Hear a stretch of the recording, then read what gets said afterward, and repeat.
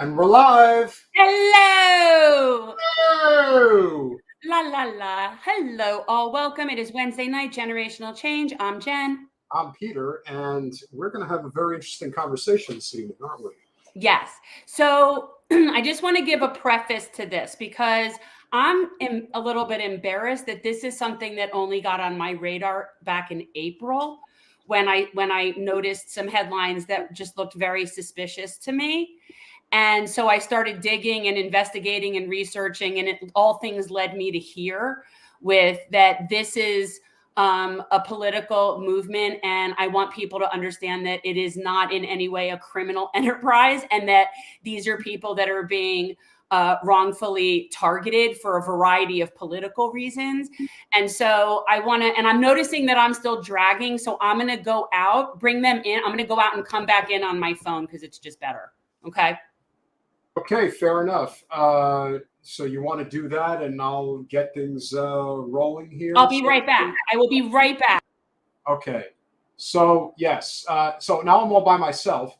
And so this evening, we are going to have a wonderful group of ladies who will be explaining exactly what this is all about. And I don't want to botch the actual name. It's the African People's Socialist Party, I'm pretty sure is the name. Is that what it's called? African People's Socialist Party? Yes. Hi, I'm back. I'm sorry about that, people. It's just I'm in the mountains, so it's just easier on my phone. Yes, we are being joined by two members of the African People's Socialist Party.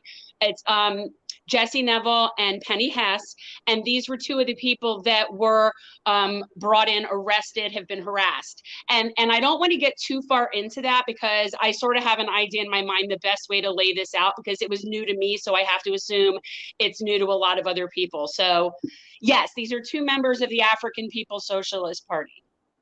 Well, I'm sure that's going to throw up a bunch of red flags for our channel, but not like we already don't have enough of them. So, hey, why not? Let's just add them. Keep them going. Penny Hess Jesse Nevel, welcome to Generational Change.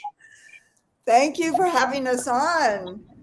Thank you so much. Before we get started, I just want to put this out there before any haters come on and start hating on me. The only reason that I didn't invite the chairman, the only reason is because we are small potatoes. I really thought that there was no way. And the only reason I figured you two was because we're in Florida and there was this St. Petersburg connection.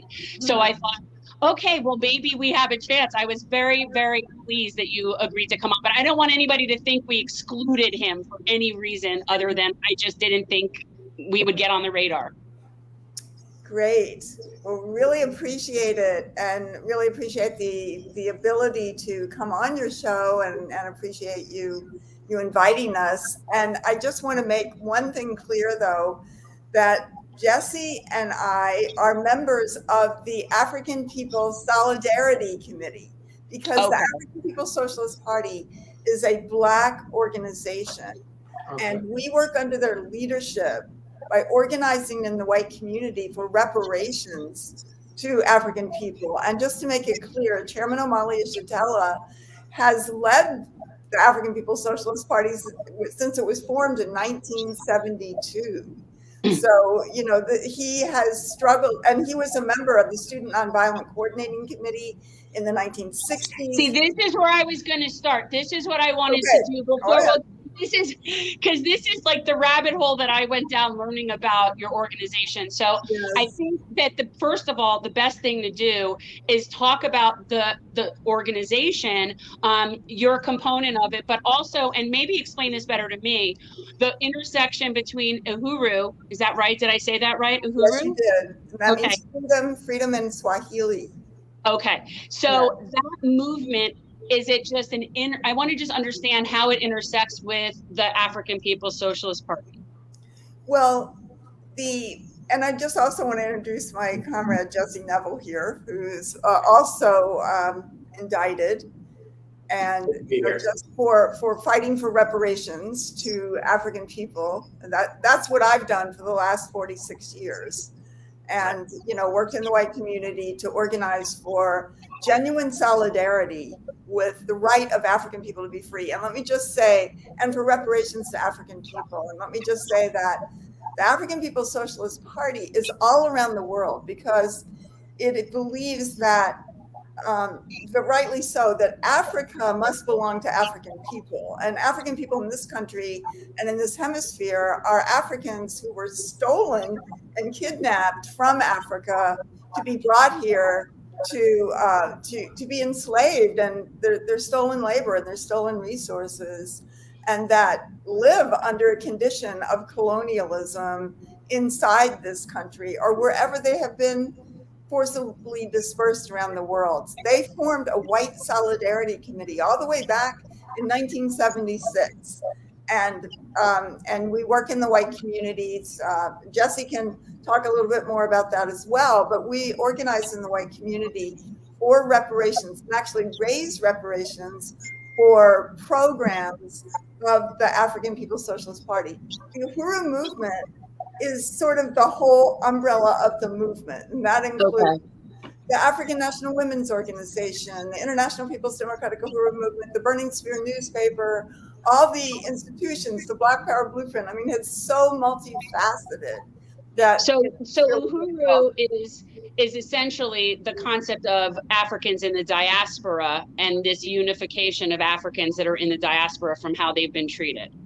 Well, no, it's really Africans everywhere on the continent. It also organizes in Africa. Okay. And it has organizations in Africa and, you know, in the Caribbean, you know, relationships with Africans in Brazil and throughout the United States, and even in France, where these struggles were just going on with that police murder and all the uprisings there, you know. So yeah, so it's really based internationally, but African people everywhere, but have the right, because Africa is not controlled by African people; it's still controlled by the U.S. and European economy. Yeah. That it still is a form of neo-colonialism that extracts all the resources. So, yeah. Okay, but Jesse, let me ask you to answer this, because this is one of the things that when Peter mentioned, oh, we're going to get flagged. First of all, just using the word socialist and anything, you know, people get all, ooh, you know, like all kind of weirded out. But talk about the movement and what it's really about, because everything that I dug into was as nonviolent, anti-war, anti-colonialism. It does not in any way seem to be a threatening organization. So would you talk about that, like, and how, and maybe talk about it in perspective of how you got involved in it? Sure. Well, thank you so much again for having us on to talk about this very, very important case of this brutal attack that the U.S. government has made against the African People's Socialist Party, and especially against its founder and leader, Chairman Omali Yeshitela. And I just want to appreciate the opportunity to be on this program with Penny Hess, the chair of the African People's Solidarity Committee, who I had the honor to meet, along with meeting the chairman about 13 years ago when I was living in St. Petersburg, Florida. And I attended an event where the chairman was actually being interviewed about his life's work. And what I learned at that event is that he had actually been an active leader in the struggle of African people for freedom and power over their own lives going back to the 1960s. He was actually the leader of the St. Petersburg, Florida chapter of the Student Nonviolent Coordinating Committee in the 1960s, and he was jailed for a courageous act of civil disobedience where he went into the St. Petersburg, Florida City Hall and tore down a racist, horrific mural that used to hang in City Hall that depicted African people as monstrous caricatures. He tore that mural down, marched through the streets, and was jailed for almost 3 years for doing that. And when he emerged from prison, he formed an organization called the Junta of Militant Organizations, which was active throughout the entire U.S. South, all throughout Florida, throughout Kentucky, during the Black Power movement of the 1960s. And in the early 70s, that organization merged with two other organizations to found the African People's Socialist Party. And Chairman Omali Yeshitela's mission from day one in forming the African People's Socialist Party was to complete the Black Revolution of the 1960s. And he made the extremely important summation and observation that What happened in the 1960s, it wasn't that Black power and Black freedom went out of style, and it wasn't that it had been accomplished and therefore wasn't relevant anymore. It had been militarily destroyed.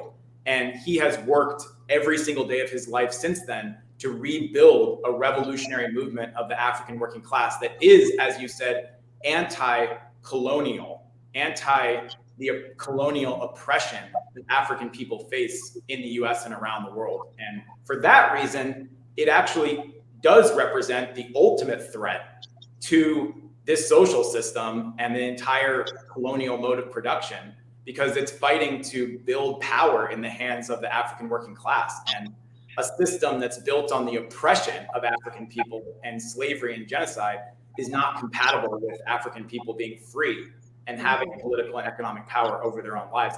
And that's why the chairman is coming under attack now. Okay, so this is a good segue. Okay, so that's like a good backdrop, like to the organization. And you were speaking that you were actively pursuing reparations. That's something we've talked about a lot. It's something that's important to me. So I appreciate that, but we don't need to get into that because that we talk about plenty. But so let's forward to like July. I think it was July of 22. Yep. July 29th. Okay, so I'm embarrassed that I did not know about this then. Like I feel like remorseful about that, but I am catching up as best I can. So whoever is best suited to talk about what went down in July of 22, because that's like the precursor to where we are.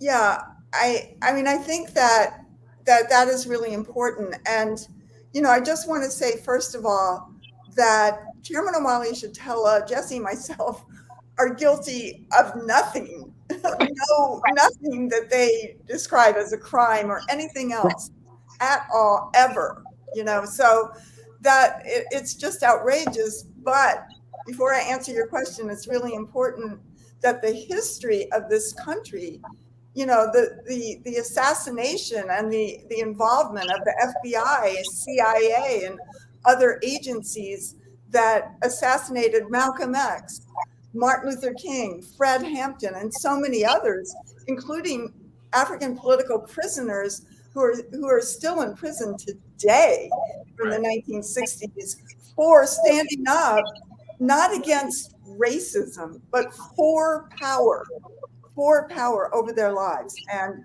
that is the question. But this is the human rights that, you know, we see the conditions that Black people or African people inside this country and everywhere around the world face.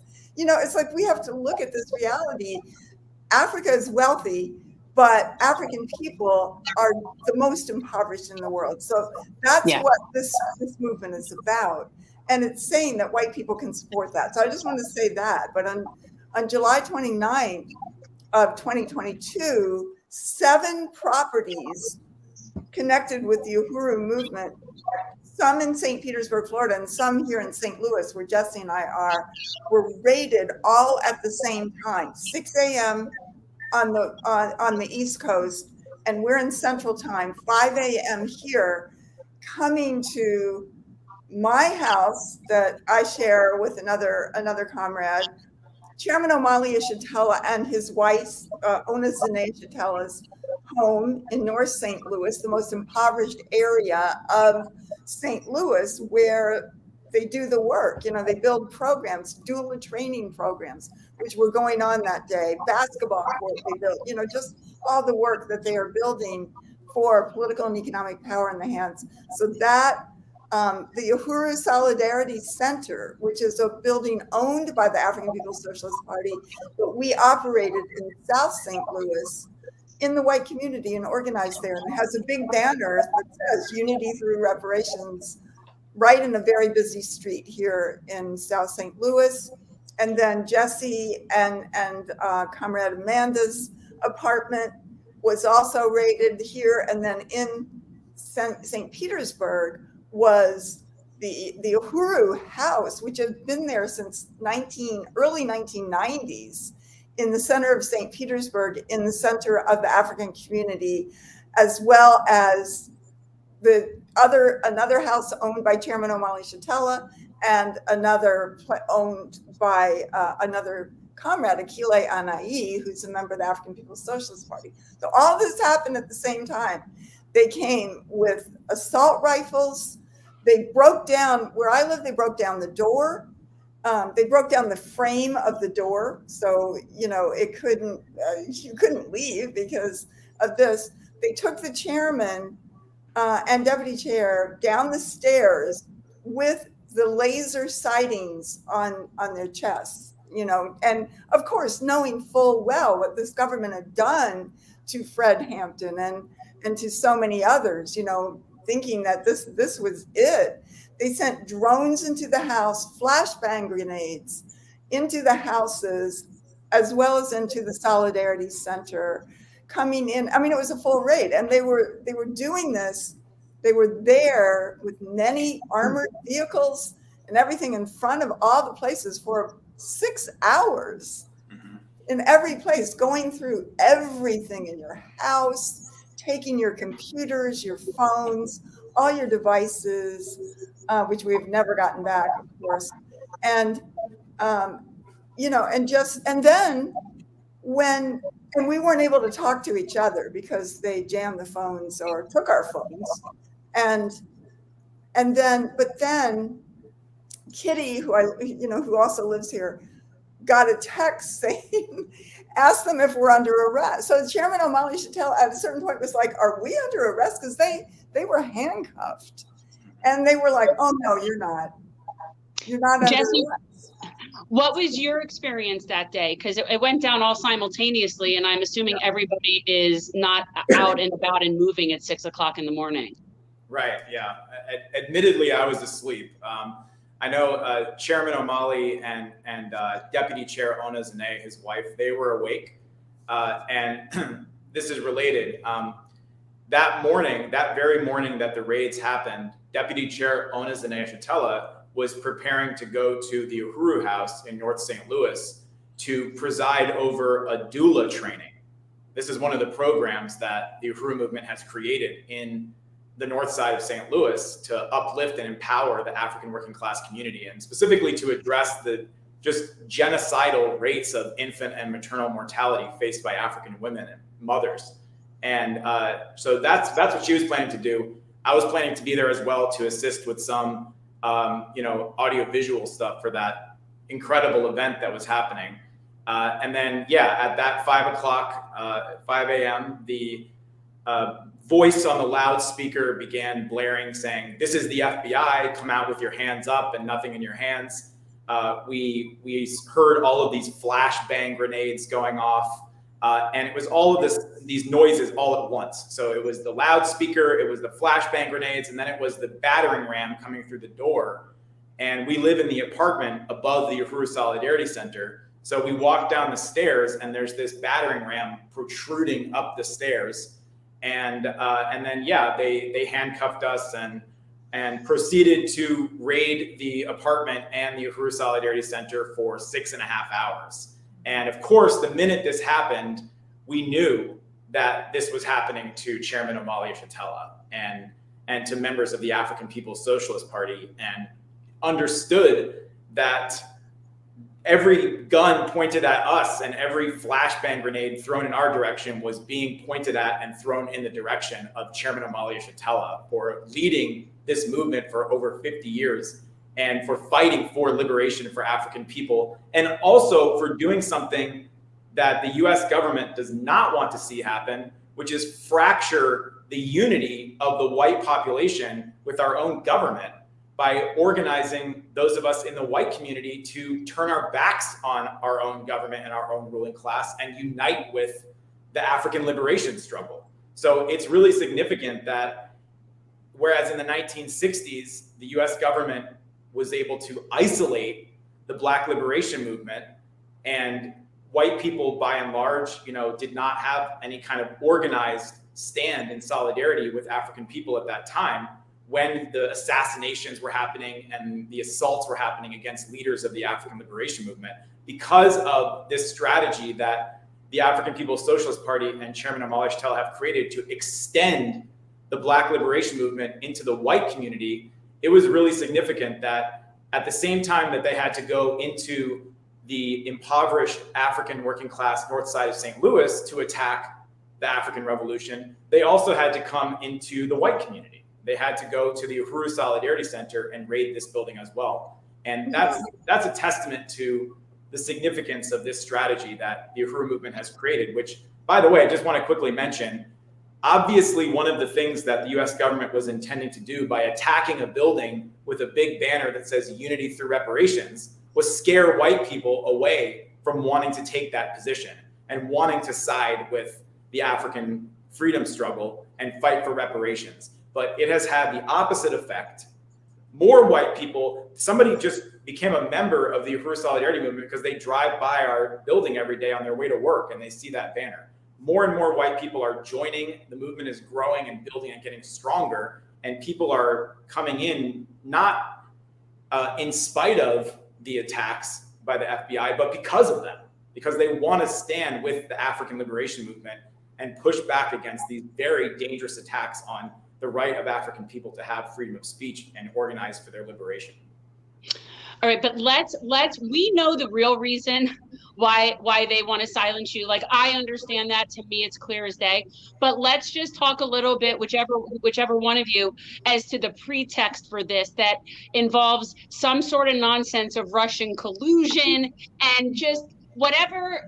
I know they have a few links that they've made with this, but it's obviously pretext. So who explains that better? That's what they're saying is what they're doing to you guys. Well, the Russian connection is actually been used many times. W.E.B. Du Bois, who was, a well-known Black liberation leader of the 1930s and 40s, was charged with almost the same, very similar charges to what Chairman Omali Yeshitela was charged with, and Paul Robeson of that period. And it's interesting that, they had, both of them had been involved in bringing to the United Nations a brief called We Charge Genocide, based on the newly passed genocide crime, United Nations convention that was, I think, signed in 1948. And this was in the 1950s when they brought this to the United Nations. Their passports were taken away, as has Chairman Omali Yeshitela and ours. And, they had very, very, very similar charges. And I think that it's also, very, very much being used and discussed right now. The things that they used against us is Statute 18 USC Section 371, which is conspiring to commit an offense against the United States and to act as the agent of a foreign government and foreign officials, to wit, the Russian Federation and officials of that government without prior notification to the Attorney General as required by law, in violation of 18 U.S.C. 951A. I mean, this is not FARA. This is another law, whatever, but very similar. But it's this whole weaponization of the FBI and just the attack on the freedom of speech and the right of African people to express how they see the world and what their aspirations are to be free and liberated and have reparations is, it's absolutely criminal that is happening and continuing. Just as COINTELPRO by the FBI, which actually included the FBI, the CIA, the the NSA and the IRS was all part of COINTELPRO in the 1960s. So this is, we're seeing this continuation of the attacks that have always come down against African people who are saying, we want to be free, we want to be liberated. And that is, that is ongoing. That is an ongoing struggle that is going to materialize in the struggle to come to fruition. African people have a right to be free. And it's just, we saw it in 2020 with the rising up after the murder of George Floyd, and here in St. Louis after the police murder of Mike Brown, and so many other, it's just a powder keg that is there. And the conditions are worse and worse every day, and the African People's Socialist Party is growing and expanding around the world.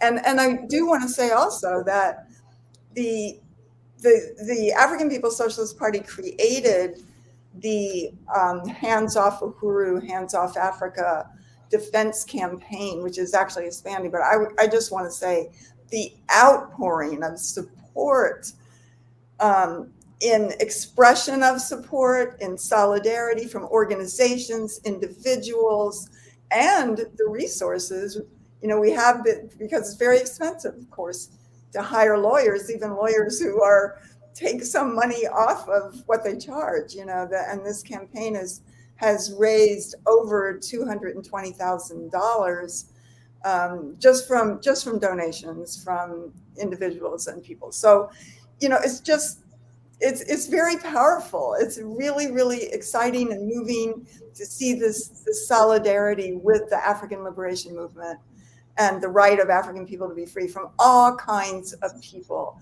And to also see that since last year, the attacks on the party, we see Stop Cop City, just the incredible attacks on them, the Tampa 5 in Tampa, and so many other expressions of, just more and more FBI and other kinds of government attacks against people fighting for everything from national liberation to freedom of speech and anti-war movement. And just to add one thing to that, this law that the Department of Justice so-called dusted off to use against Chairman Omali Yeshitela and the Uhuru movement, it's this obscure law that seldom even gets used, that Penny mentioned, 18 U.S. Code Section 951. And it actually is a companion to the Espionage Act.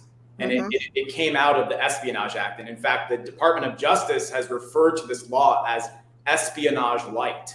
So that just helps to highlight the absurdity of these charges, that they are essentially alleging that Chairman Omali Yeshitela, who's an African freedom fighter for over 60 years of his life, is actually a super secret Russian spy operating at the behest of the Russian government.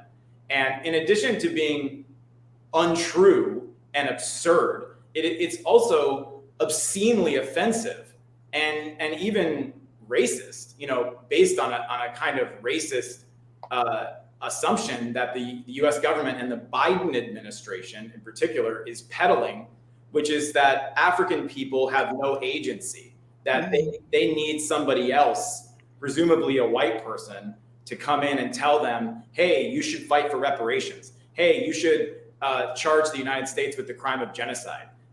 African people don't need anyone to tell them that they're being oppressed and that they have the right to fight for their liberation. And certainly Chairman Omali Yeshitela, who again, at 81 years old, has never taken a minute's break from fighting for the liberation of African and oppressed peoples, doesn't need to be told by anyone about anything having to do with the fight for freedom for his people.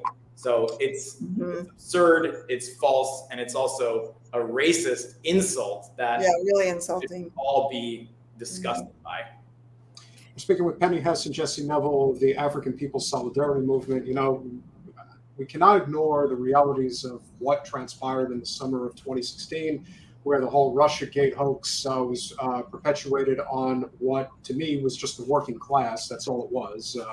We're not willing to get in line with the neoliberal world order, if you will, that has been espoused by both major political parties. And of course, right now, there is a growing movement within the Democratic Party faction and outside the party now more than ever especially with Dr. Cornel West running for president on the Green Party ticket. Do you see the attacks that have been levied at you guys in particular as just a means of trying to keep people in line? Because there's a great appeal to get away from the two-party infrastructure that does not serve working people. Hence why so many people are turning to different political ideologies like socialism, and ultimately where things stand right now with your current case. Well, I think that it's really, I think it's really important to see that the African liberation movement, the Black liberation movement, Black Power movement of the 60s, this is the vanguard of the movements for social justice. This is in the front lines, and this is coming under attack very seriously. And I think that, I think that this is an attack, that they use this as a vulnerable place to attack everything else that's out there, that's, that we're beginning to see right now happening. So I think this is correct. This is the center of the attack. This is where they start. Right. And I think it's interesting just seeing an article that was in the New York Times a couple of days ago when they were talking about the which thing? Oh, I forgot which thing. The surveillance, the thing that was coming before Congress on that. And even this right-wing guy who's talking about January 6th, but he's also talking about, the Black liberation movement or Black Lives Matter. He's saying both spectrums of that. And I think that, but I think that the African movement, on the one hand, is what fueled the women's movement. All of this was called the women's liberation, LGBTQ liberation movement originally in the 1960s and 1970s. And, it was this movement that of the Black community for civil rights and then for Black power, which overturned the McCarthy era of the 1950s and opened the door to, just this incredible movement of the 1960s. And it came under that movement because the US government targeted also the Black liberation movement as the center, as the main target for COINTELPRO. And I think that, we're seeing that again. And this is what they do. They're going at the head of it. And that's why, just all of this support and coming together with other groups and individuals who are coming under attack, around, just sort of revolving around the hands off Uhuru is very critical. And it's the way that this is going to be overturned and fought back. We're very confident that this is going to win. Definitely. And so how can people get involved with your organization? What you're currently working on? I mean, because to me, this is just one of those things where we see this all the time in, especially left independent media spaces. People get way too caught up with the sexy story of the day and the clicks and things like that. I get really tired of any of that nonsense. We need to be focusing on tangible things that can really make a difference. It is the uniting of the working class that we are trying to do. And all of these things come into focus, whether it is workers' rights, racial justice, social justice, economic justice. It's all unified. And what you guys are attempting to do is obviously scary to the establishment to the point at which they feel that they have to basically bring the Gestapo against you, if you will. Because there's no other way, because they know that the people are growing restless. When the people grow restless, enforcing a police state, which seems to be the order of the day, just becomes more and more crystal clear. Obviously, your case is a prime example of that. But we do need to figure out a way to unify more effectively, especially amongst the working class. So how can people get involved with the work that you guys are currently doing? Well, I think that, they can certainly go to handsoffuhuru.org and also uhurusolidarity.org for people in the white community. But I do also want to just say that, one of the things that we talk about when we talk about reparations is there are two Americas. And there's certainly completely different on every aspect of life, completely different conditions that African people, indigenous people, many Mexican people faced versus generally what white people face, both economically, politically, and basically in every aspect of life. And that's why, this understanding that this country is built, as Chairman Omali Shatella says, on slavery and genocide of the indigenous people. And without that, there wouldn't be an America. There wouldn't be any white working class. There wouldn't be anything else. This wouldn't exist. It's not a sideline thing. It's the essential thing. And I think that's the message that we want to take from the Uhuru Solidarity Movement, that we have to look at the world as it really is, and that these two Americas, the colonizer and the colonized, this is what we see. And African people live under the gun, live under what we would call fascism, a colonial existence, and the police and the massive imprisonment and everything else that the poverty that people face in the African community and indigenous people forced onto reservations. This is colonialism inside our country, and what Chairman Omali Shatella calls the colonial mode of production. This is how it works. This is how this whole system works. So I think, that's the message that we want to give. And white people who are not wealthy, have an interest in standing on the side in genuine solidarity with the liberation of African and indigenous people. And this is still the indigenous people's land. We just saw, what was it? The Supreme Court ruled that they wouldn't put clean water into the Navajo, the Diné Nation reservation, which is huge. And they're not gonna have any, they have no responsibility to make sure that clean water goes there. And that affects 177,000 indigenous Diné people. This is the world that we live in. This is the reality. And even when we talk about the working class, the genuine working class is the African working class, and that's the message we have. And that's why we owe reparations. This country was built on stolen labor and stolen land. And, we say, turn it back over. It belongs to African and indigenous people.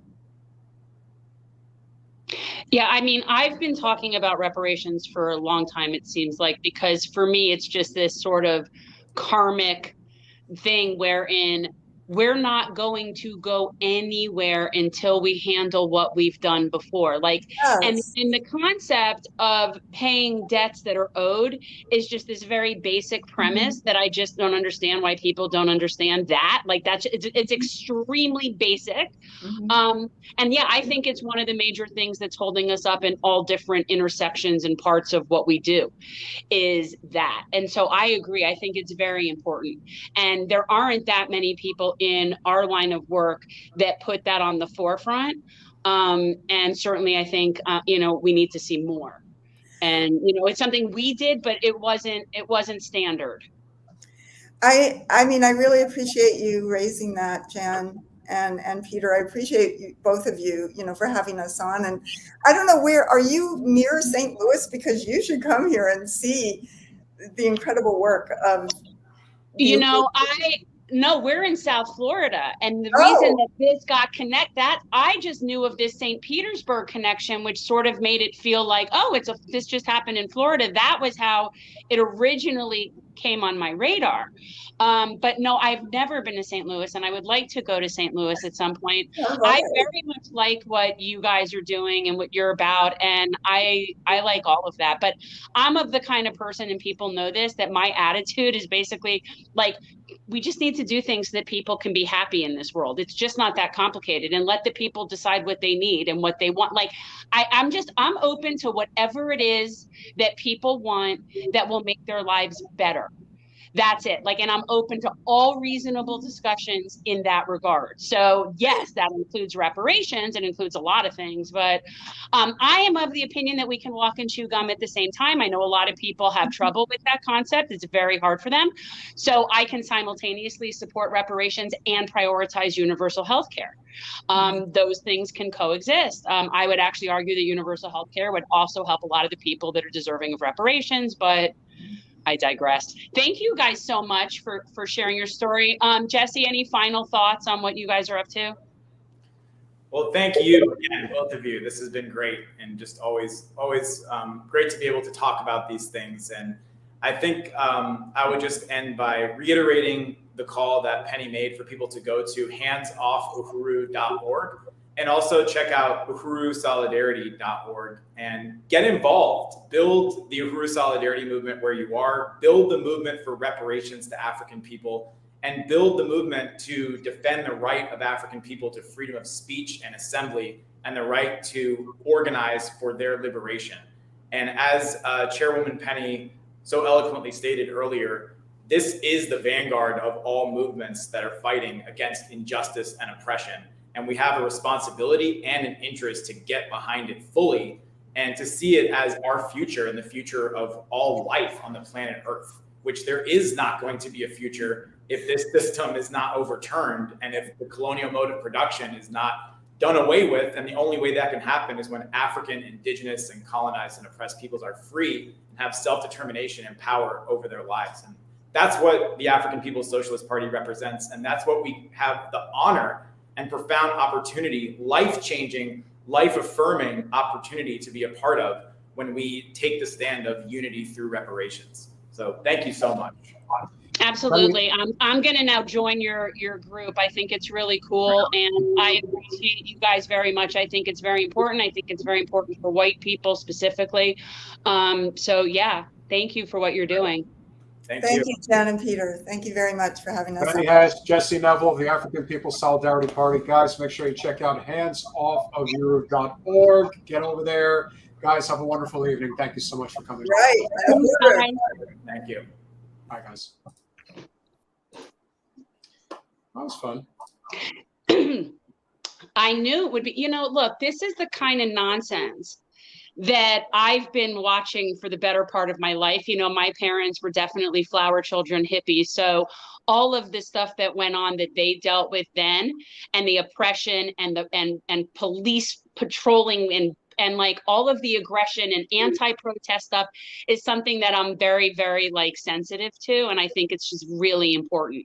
So this is one of those things like where I harp on about Julian Assange. This is one of those types of things where going after these people, this group of people, is blatantly a violation of our First Amendment. Like they could have whatever pretext they want. It doesn't even look like I don't know. I agree. I think that this looks like a good case legally from their perspective. I think it's absurd, but this kind of McCarthyism, witch hunt, because I would also suggest that even if they were affiliated with Russians or a Russian organization or a Russian NGO, so people are allowed to affiliate, especially when we're talking about a global organization. Their movement is not this country movement.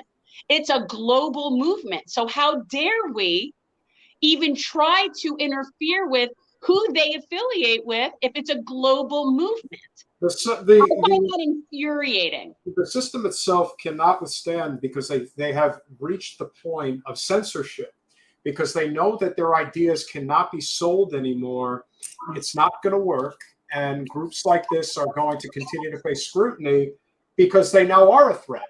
Like I said, Dr. West is going to be dealing with a lot more hell than people can imagine, much more so than RFK is going to deal with, because he represents an opportunity to get away from that system, which so many people are so desperate to do. And right now, we're being thumbed in the eye every single day by the establishment, particularly the Biden administration.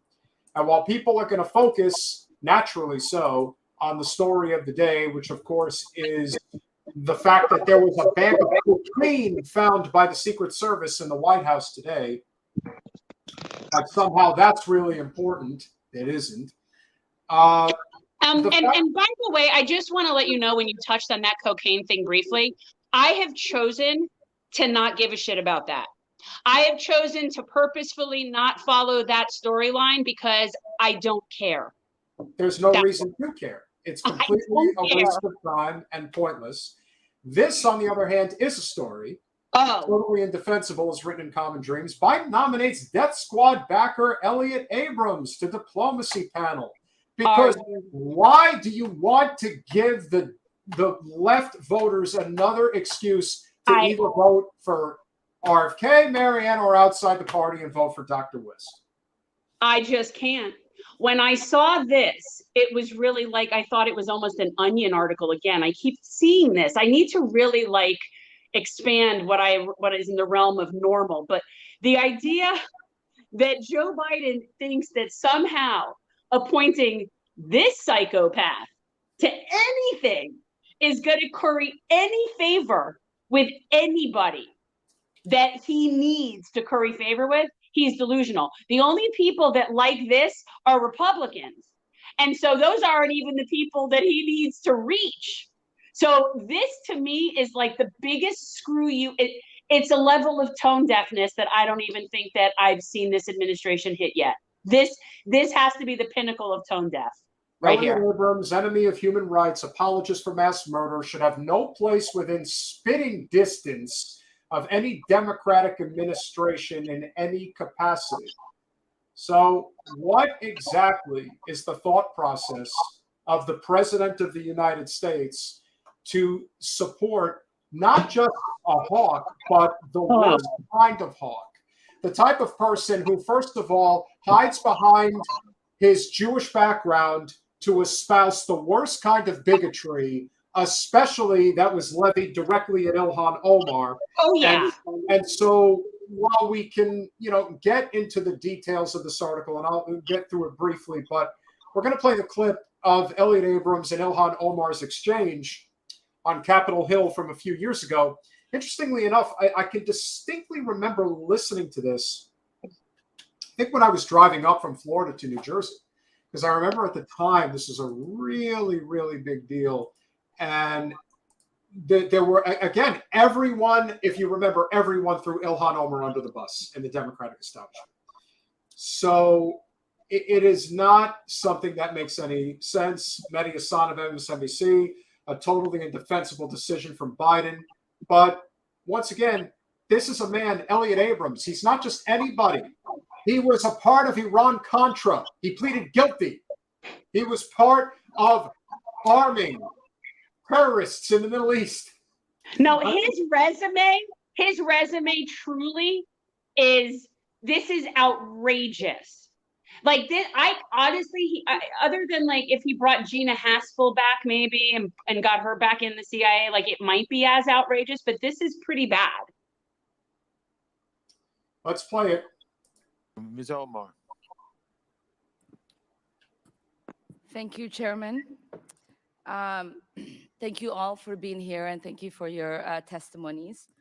Mr. Adams, in 1991, you pleaded guilty to 2 counts of withholding information from Congress regarding your involvement in the Iran-Contra affair, for which you were later pardoned by President George H.W. Bush.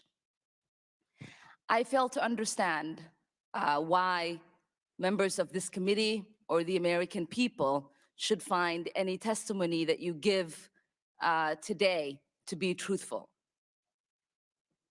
If I can respond to that. It wasn't a question. On February, that was not a question. That was I reserve the right to my time. It is not right. That was not a question. Committee can attack On February 8th, who is not permitted to reply. That was not a question. Thank you for your participation. On February 8th, 1982, you testified before the Senate Foreign Relations Committee about U.S. policy in El Salvador. In that hearing, you dismissed as communist propaganda report about the massacre of El Mozote, in which more than 800 civilians, including children as young as 2 years old, were brutally murdered by US trained troops. During that massacre, some of those troops bragged about raping a 12-year-old girl before they killed them. Girls before they killed them. You later said that the US policy in El Salvador was a fabulous achievement. Yes or no, do you still think so?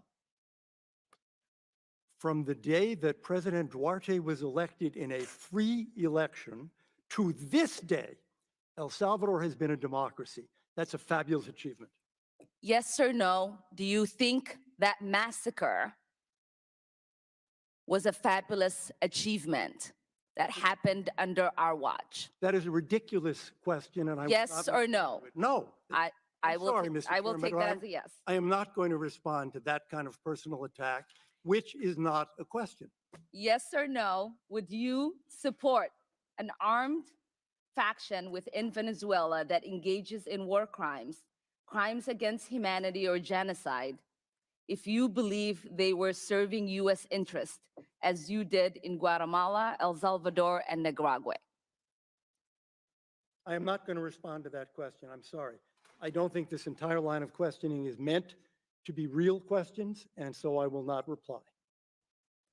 Whether you, under your watch, a genocide will take place and you will look the other way because American interests were being upheld is a fair question, because the American people want to know that anytime we engage a country, that we think about what our actions could be and how we believe our values are being furthered. That is my question. Will you make sure that human rights are not violated and that we uphold international and human rights? I suppose there is a question in there, and the answer is that the entire thrust of American policy in Venezuela is to support the Venezuelan people's effort to restore democracy to their country. That's our policy. I don't think anybody disputes that. The question I had for you is that does the interest of the United States include protecting human rights and include protecting people against genocide? That is always the position of the United States. Thank you. I yield back my time.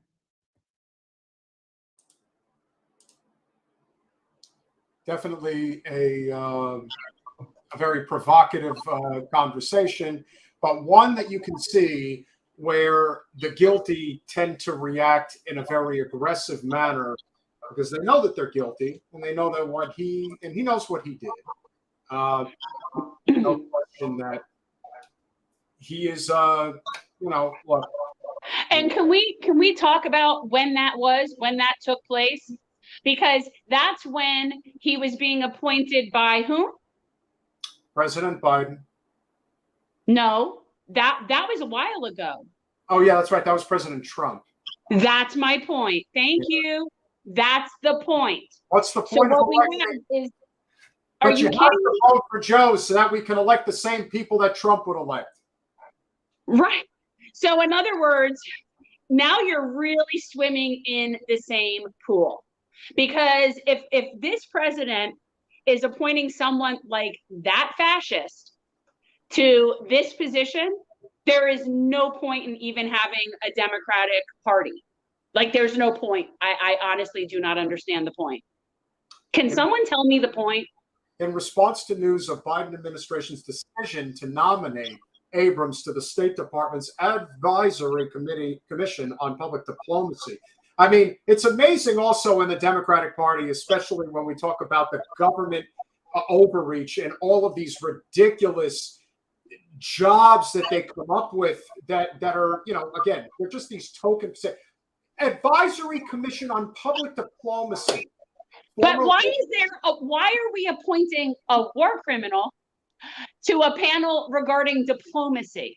Former longtime Human Rights Watch Executive director Kenneth Roth wrote that Abrams' most notorious public diplomacy is downplaying the 1981 El Mazadi massacre of 1,000 people by U.S. trained and equipped Salvadoran military units.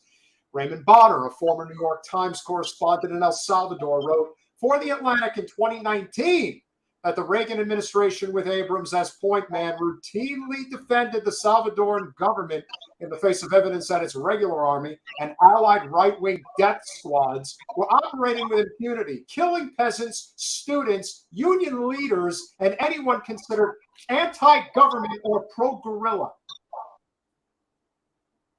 Yeah, I mean, he's as neocon as you could possibly get. I mean, like, this is really absurd. I mean, maybe he should bring back Bolton, maybe get Rumsfeld and Wolfowitz back in there for shits and giggles. Like, this is really bizarre. I don't think it's bizarre. I think I think that we really have to recognize that there is a major disconnect with the people who walk amongst the Beltway masses and seem to believe, really in their heart of hearts, that the country will be so afraid of Trump or DeSantis getting into the White House that they can just get away with whatever they want, that they can just do whatever they want. They can act with complete impunity regarding who they nominate, what policies they pass, don't pass, who they are going to support in any election. I mean, my God, I can't even think about how bad the down ballot races are going to be in 24. It's horrible. It's horrible for people down ballot because this is like. Well, think of it this way: if you're not somebody like Adam Schiff, you know what, or hopefully somebody like Barbara Lee or Katie Porter, you know, in a state like California, you don't need Joe Biden to be out there campaigning for you to try to help you get elected. But if first of all, there's nowhere that Joe Biden is going to help anyone get elected. Well, that's my point. If you're a candidate who's running for, let's say, the U.S. Senate in Pennsylvania, or running in Georgia, or running in Arizona, or running in Wisconsin, a guy like Joe Biden is not helping you. And the more that these things come about, the more it's going to be completely detrimental to the down ballot races. So to ignore that reality would just be, you know, out of sight, out of mind. But at this point, nothing surprises me with this administration. Well, that to me is the Democrat MO. The Democrat MO is to have a really crappy strategy at the top and let that trickle down to the down ballots. That's their strategy. Shit at the top, trickle to the bottom. That's what they do. And then everybody gets shitted on. No pun intended. Well, that's the whole point. But when they make moves like this and bringing people like this into this administration, that is going to make it harder and harder for the vote blue no matter who people. It really is. It's making their chant quieter and quieter because certain people like Elliott Abrams ought not ever be back involved in an administration, let alone a Democratic one. Well said. But unfortunately, I think he's going to get through. That's usually what ends up happening. You know, whether you get through under one administration. Well, maybe the squad will write a nice sternly worded letter again. Please do not. No, they might do that. I'm not saying that that's not something that they're going to do.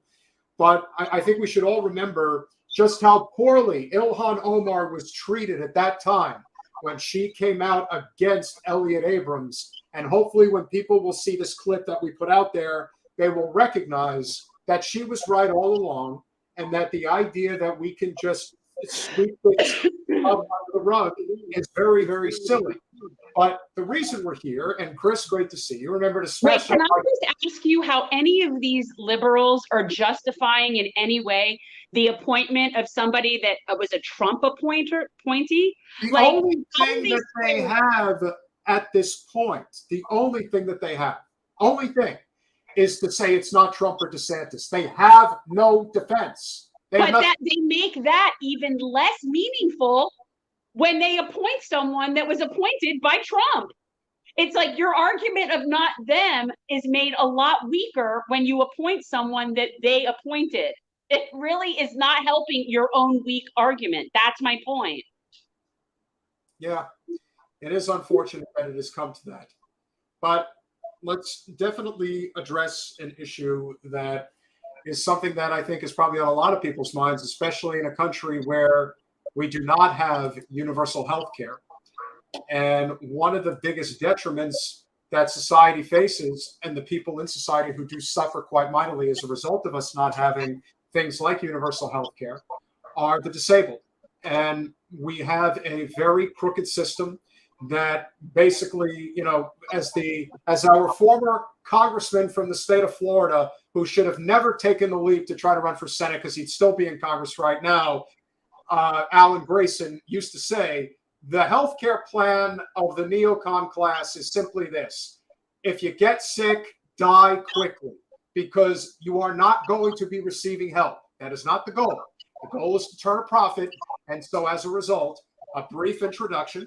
An accomplished man from Northern California, Zylo Marshall, has over 4 decades of firsthand experience surrounding traumatic brain injury and neurological brain damage. Living alone since he was a teenager, he truly understands and has felt the incredible struggles those with disabilities face. Disabilities look, feel, and sound different for everyone. Some physical, while others are mental or psychological. Individualism is a common trait and part of the reason others would see them as different. However, at least 61 million adults in the U.S. currently live with a disability of some kind. Of the 61 million, 10% can too easily be taken advantage of simply due to their disability. Zylo and so many others from around the world not only believe, but know it is paramount that we help those with disabilities rather than exploit them. Zylo Marshall, welcome to Generational Change. Hello, hi, how are you today? Hi, how are you? Nice to meet you. Zylo, Welcome.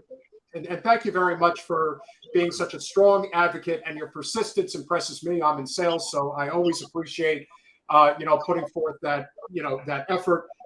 It really means a lot. We run a tight ship, as you can see, but we're very happy to have you. So please share your story for the audience so they have a better understanding of your struggles and the struggles of many of the disabled community that we have in this country today. Well, I was the only realtor in the country that listed and sold properties without the use of a car. Okay, I did that with the help of other people. It just means you have some challenges. I was disinherited from a $50 million estate, my grandfather's estate, on the basis of fraud and corruption. Those with disabilities are likened to those who are elderly. They can be taken advantage of easily because of their vulnerabilities. And I'm vulnerable. You tell me something, I'm going to believe it. The chances of me going out there and going around you and figuring out is this true or not true, who do I go to? Who do I ask? Where do I find the answer? They just told me something that I'm supposed to believe. So being disabled gives many people the opportunity to take advantage of them because we're not good enough. We're less. We're inferior. We can't. Okay. And unfortunately, there's a lot of people out there with disabilities that can't. They can't do a lot of things. They can't walk. They can't talk. There's a lot of things they can't do. But it doesn't mean all people have a disability. And my aunt disinherited me from my grandfather's estate, $50 million, fraud, corruption. She paid taxes on the false partnership. She didn't pay taxes on $50 million. Okay, wire fraud, all these different things. And I had a special needs trust. Special needs trust. Now, those with disabilities, if you receive SSI, I receive SSI. In other words, you guys are paying for me to just do nothing. And that is not life. Okay. And I wanted to go out there and become somebody. And my trustees took advantage of me, telling me, you don't deserve this money. My grandfather was a very wealthy man. And my aunt, my grandfather's daughter, thought this guy can't do anything. Because with this disability, your brain may think, act, or do things differently just because you think and act differently, okay? For example, I went up to a girl one time when I'm a kid, you smell. When I really meant, you smell good. Big difference there, okay? But kids or adults can act in a certain way because they may not understand how to or how not to do something because their mind, their body, their brain thinks differently. So that's the challenge I face. I was a realtor. I did work at Keller Williams for a short time. I did create a business, code violation properties. Okay. And I was trying to get off SSI and be like you. I think the government or the Congress or whatnot should help give disabled people rights to do certain things, because if I make money and work, I will lose my SSI, which means I can just sit around and do nothing and look at the wall. Okay. Or I can go to work. I have epilepsy. I can have a seizure, go to the ER, lose my SSI, and I'm on the streets. As an adult, you have responsibilities and the world doesn't care. But the government should give you a chance to try to go out there and make it. And if you can't make it, they shouldn't cut you off. They should give you a chance to try. So I think that's an excellent point. And because of the way that the country is structured today, it has become the survival of the fittest. And if you have any handicap whatsoever, you are basically persona non grata, and society treats you as such, which is very unfortunate. And that's why we advocate for the people to have a dignified life. That is a very important aspect of what we work for here when it comes to building and ensuring that we have politics we transform politics into service. That is what we do. So from your perspective, Zylo, what would be something that you would want to see going forward? Again, we advocate for universal health care, but is there anything that you particular would like to see going forward? If you have disabled people that want to go out there and make it, okay, and you ask them to help you get off their system, they don't, again, I have nobody to turn to. So if I'm in a bad situation, okay, or I'm in a divorce or whatever, I'm on the streets, okay? And there are people out there that want to go out there and make it and not just live on the system. I want to do without a car. That shows determination to just do more than just do nothing and watch. The joke is watching Jerry Springer, okay? Who wants to go home and watch that? That's just drama, watching drama, watching drama. So the objective is to create policies that would make it better for disabled people, saying, hey, listen, we're going to put you in the system to do something. If you fail, you're not going to lose your SSI. You're not going to lose your medical benefits because you tried and you failed. Or the government will have you sit there and say, okay, hey, we'll take care of you. Just sit back and write off life. Sit around and do nothing. We're paying you. This is a really good opportunity for us to bring up our federal jobs guarantee discussion, because that's one of those things that I think needs to be applied across the board. And I always think when it comes to things like disability and vulnerable communities, that it's not so much about equality as it is about equity, right? Like everybody needs something different in order for them to live their best life. So it doesn't make sense to give everybody the same thing. It makes sense to treat people like individuals and see what are your needs that will make your life be most functioning, and how can we help you with that? Right. And I think that when you're in a disabled community, and especially because there's so many types of disabilities, right? So you already have a small community of disabled people, and then an even smaller one that whatever particular disabilities, which is just like, so therefore people shouldn't have to accommodate it. And I don't like that. I think, but again, I say it over and over again, any way or anything that we can do to make people's lives better, that's something that we should all strive to do. Like, it's no skin off my back if I help support something that will make your life easier. How does that, why would I not like that? So I'm appreciative that you're talking about this, and it's not the first time I've heard where essentially disabled people are essentially, there's an incentive for you to just sit home and not come out into the world. And that's right. And it's incentivized for that to be the case, which is absurd, because people are qualified to do all different types of work. Hence where I believe we should have a federal jobs guarantee. And that would be a really great place for people who could get equity in employment to be able to have a job. Right. With me, like I've been doing for a long time, in 2010 or prior to 2010, I was selling property without a car, I was this close to getting off SSI. In other words, there's this, you either work 9 to 5, no matter what, or you create a business and make that work, and you can do what you want. Okay, and I wanted to work on creating a business, code, violation property, which affects all of us. Properties that are in bad shape, need work, have been sitting there vacant, boarded for years, and need help. My objective was to get into a business that makes that work successfully for everybody. Okay, and when you take advantage of that opportunity, can be stripped from you, just like you're disabled, so therefore we can take it away from you whatever you want. Because you're disabled, you're not good enough. And it goes back to the same thing. You guys have no choice but to work. No choice. I can do whatever I want. And that's so, for me, demeaning. Because I can get up and watch TV and then go take a nap. And that's so demeaning because for me, I have a medical condition. I have seizures. I take medication. It makes me drowsy. If I'm out there moving around, doing things, speaking to people, going to events, speaking to the world, okay, then my body will get used to that. And my drowsiness won't be as much as drowsy because I'm out there working in the world with my disability following me no matter what, because that's what I have, a disability. Zylo, we really appreciate you coming on the show this evening. And I think this is a lesson for a lot of people to realize that it is not easy to make it in this world when you are an able-bodied individual. Try having a disability on top of how difficult it is to already make it.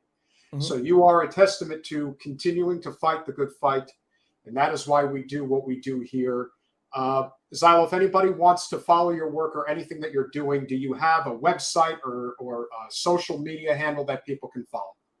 They can follow me at www.zylomarshall, ZYLOMARSHALL.com. They can find me on Facebook, on YouTube, okay? And I'd like to speak at your events or regarding this issue, because I got no fear of speaking in front of 1 million people or 2 people. And that's my objective, to help make it easier for those disabilities and change laws that disabled people should have help in the same condition as those that are, in other programs. So I guess that'll be it for now. Well, we thank you very much for coming on, Zylo. Keep fighting the good fight. Guys, go to ZyloMarshall.com to learn more about how you can get involved with helping with disability rights. Again, this is why we fight the fight that we do. Thank you, so Zylo. much. Thank you very much. You have a nice day now. You do the same. Bye-bye. Yeah, and this is just, again, another example of how the system this is what I wanted to tell you. So my phone completely overheated just from sitting here and working as a camera. So it's so hot that that's when it started freezing. So I had to turn my phone off because it's like burning. Okay, well, we don't want your phone to explode. That would not be a good thing. You like our content and appreciate the work that we're putting out, please go to patreon.com/generational change for as little as $5 a month. Become a patron of our wonderful channel. You get the Lulu sticker as an intro, which is really great. But of course, for those who are considerably more I'm mad at her right now. $10 a month will get you the Last Mansion Parliamentarian bumper sticker. But if you're feeling extra generous, as you can see Jen is wearing and I am holding, one of our Generational Change jerseys will go to the $25 a month patrons. But if you are just a $25 donor, you can request one of these bad boys as well. Did you hear what I said about Lou? Yeah, I'm kind of marketing our show right now, but yes. But do you understand? Can I tell you what she did? She must have done something pretty bad. Did she bite this somebody? Dog, in her 13-year-old, 100-year-old, whatever self she thinks, decided to run, mind you, down the stairs of the porch, yelping at the bottom in order to chase off the deer that was so far away. It was the most ridiculous thing. And I'm running after her in flip-flops. I was so irritated. She is in no position to be running like that. I feel like I'm dealing with Sophia from the Golden Girls. So, okay, yeah, okay. All right, I had to think about that for a minute. The Golden Girls was a very funny show, by the way. Yes, For those well, of you- she and I are like Dorothy and Sophia. And I sit there and I look at her and I'm like, I know you're older, but I'm the mom. And it's like, but I feel like she's just been very, very like ornery lately and really pushing my buttons. I'm just saying, Lou. Is she available for a quick appearance? I don't know, man. She's lying on the bed back there. I'm going to see if you can see her if I move out of the way. Here, this is what I can do. This. No, it won't let me change my. I was going to get rid of the blurry thing so you could see her. If you are not so inclined to donate or become a patron, then what you can do is you can go to Cash App, $Jen Change. Any contribution there will certainly be appreciated. And so, oh, there's Lou. There's the little munchkin. Well, she still looks cute. She's a Lou. Oh, she doesn't want to show her face right now for some reason. Hi, Lou. Yeah, so if you guys are so inclined, please go to, oh, there she is. Hi, Lou. Yes, you do recognize me, sort of. Okay. She doesn't really want to be bothered. I think you brought her up from her beauty sleep or something. So that's why she's not too engaged at the moment. But All right, yes. what do we have coming up tomorrow on the Gen Z report? We're going to be talking environment. Ooh, very important. Do we have a good amount of guests for that tomorrow? No idea. Kind of just shooting from the hip at this point. You know what? I kind of am liking it that way. I'm liking these young kids coming on over from Discord and having these discussions. I think it's really nice to have these impromptu discussions because essentially what I want the Gen Z report to be is them discussing these issues and how it affects them. I don't need talking heads to give news reports and be experts on things. That's not the point of that show. So I like it to be impromptu conversation. Everyone doesn't need to show up prepared. And guys, we still need help. So if anybody knows anybody who wants to participate in the Gen Z report or act as a producer for the Gen Z report, shoot us an email. Well, that would be good. And yes, Lou is adorable. So, last thing before we go. What's coming up? Next week, we will have our good friend and funny man, Ron Placone. He will be coming back on the show. It's an important topic to talk about. May also have a blast from the not-so-distant past, India Walton, hoping to have her come back on the show. Yeah, we've got a lot of good people we are lining up for our podcast. So you guys will enjoy it. But now we know we're in direct competition with Due Dissonance on Yeah, Wednesday. I think we need to follow them like after their show almost. They could be our lead in, but like. The problem is that they go live at 8 o'clock and they'll go live for at least 2 hours. If I not know. later. So I does wish that they'd mean go you want to go on earlier. later? No, I don't. And we're still working on getting Dr. West to come on and chat with us. Yes, well, we have to keep pushing on that one. So it's not really much of a story, but it's just something that I wanted to cover. For some really ridiculous reason, I don't know what it is or why anyone does this, but Hollywood, as you know, has run out of ideas. And so Indiana Jones is back for the 5th time. And this time, the movie has, for all intents and purposes, completely flopped. Flopping to the tune of what will probably end up losing the studio and the investors hundreds of millions of dollars on a film that I think from a distance, most people could have looked at and said, yeah, this is not going to work. So you're saying that a whole bunch of rich people are losing money? Yes, I know. Okay, so here's my response. That's a shame. Yeah, it's a shame. But of course, there's always these overarching political elements that find their way into these movies. And that is this sort of like anti-male hero, cut him off at the knees and rewrite history. I don't know what it is that people find so offensive about Indiana Jones, but there is this concept, Jen, in what you would call the woke left of Hollywood liberalism called strong female character. I assume you've heard of that concept. What you mean? I'm not exactly sure in what regard. I mean, we're talking about Indiana Jones. This is an existing character that's been around for like my life. So I don't understand why anybody would have a problem with an already existing character. Now, the fact that the movie is crap, that could be obvious to me. I mean, I wasn't going to go see it. But I don't see why we would. So what basically what you're saying is there's a bunch of overwoke people turning this into some sort of misogynist thing? No, the movie was overwoke. They basically took Indiana Jones, emasculated him, had a much younger female character in the movie to basically make it seem like she had all the answers. She was the one who should have been cracking the whip, and he was just a withering old man standing. Right. So this was Hollywood's overwoke identity politics little experiment. Well, it's not a little experiment because this has been going on for a number of years now. We saw this happen. Look, I'm not going to see the Indiana Jones film. I won't see it. I've already read and listened to enough reviews of the film. I already know exactly what's going to happen, how it's going to go down, the absurdity of it all. It didn't make any sense to begin with. If you've seen The Kingdom of the Crystal last Skull, one was horrible.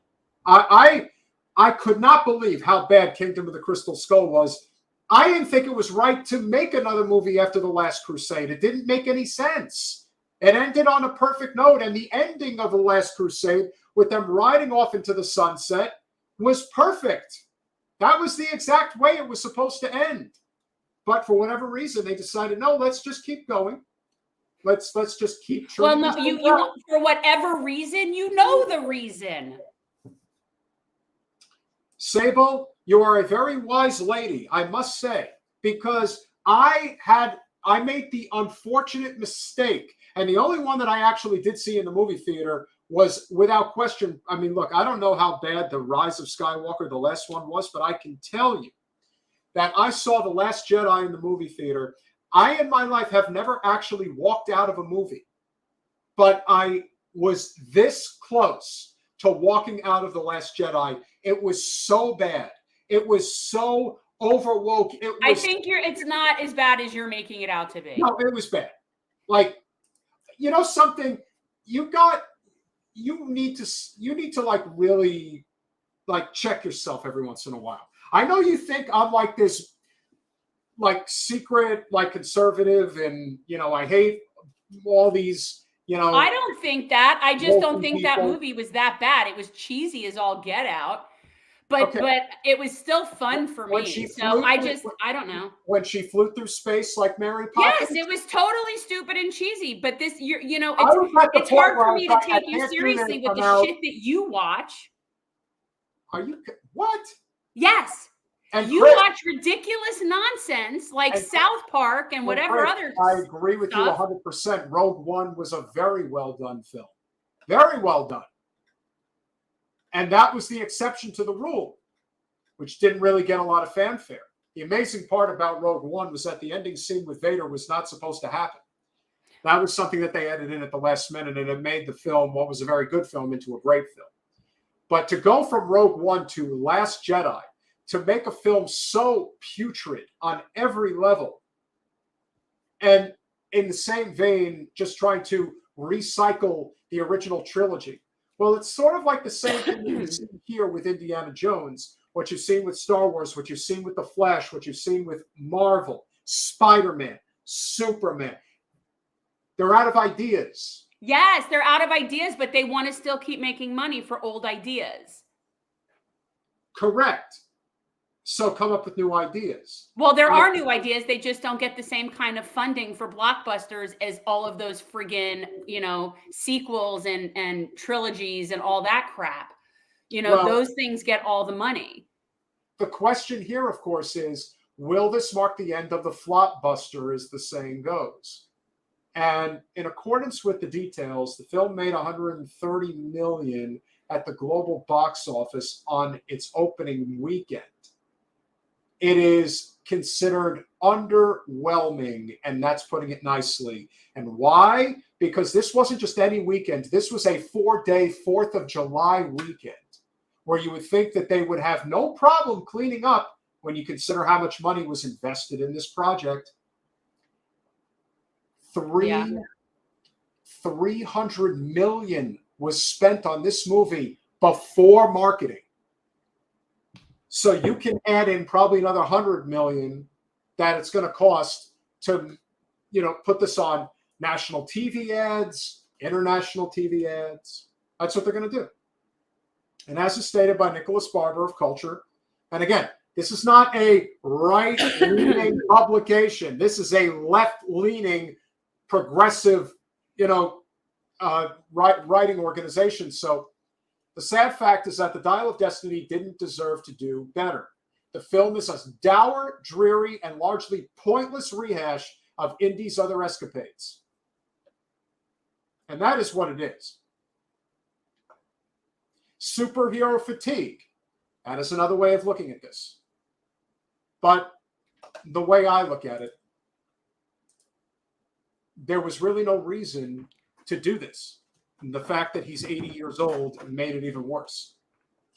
And so we see today so much of why, there are people who have grown tired of this stuff because it doesn't serve any purpose. It only alienates more people than it welcomes. It's why certain social issues, culture issues, ultimately push people away from the greater causes that we're fighting for. So we really have to think about what is of considerable importance.